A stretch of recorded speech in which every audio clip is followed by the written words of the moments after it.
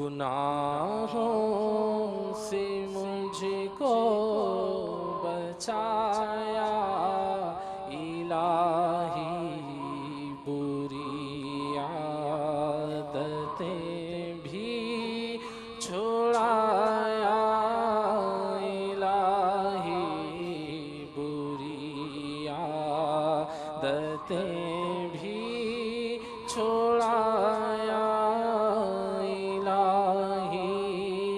حضرت علامہ جلال الدین سیوطی شافعی رحمت اللہ تعالی علیہ شرح الصدور میں نقل کرتے ہیں، ایک شخص جس کا گھر قبرستان کے قریب تھا، اس نے اپنے بیٹے کی شادی کے سلسلے میں رات کو ناچ رنگ کی محفل قائم کی۔ لوگ ناچ کود اور دھما چوکڑی میں مشغول تھے کہ قبرستان کا سناٹا چیرتی ہوئی ایک گرجدار آواز گونج اٹھی۔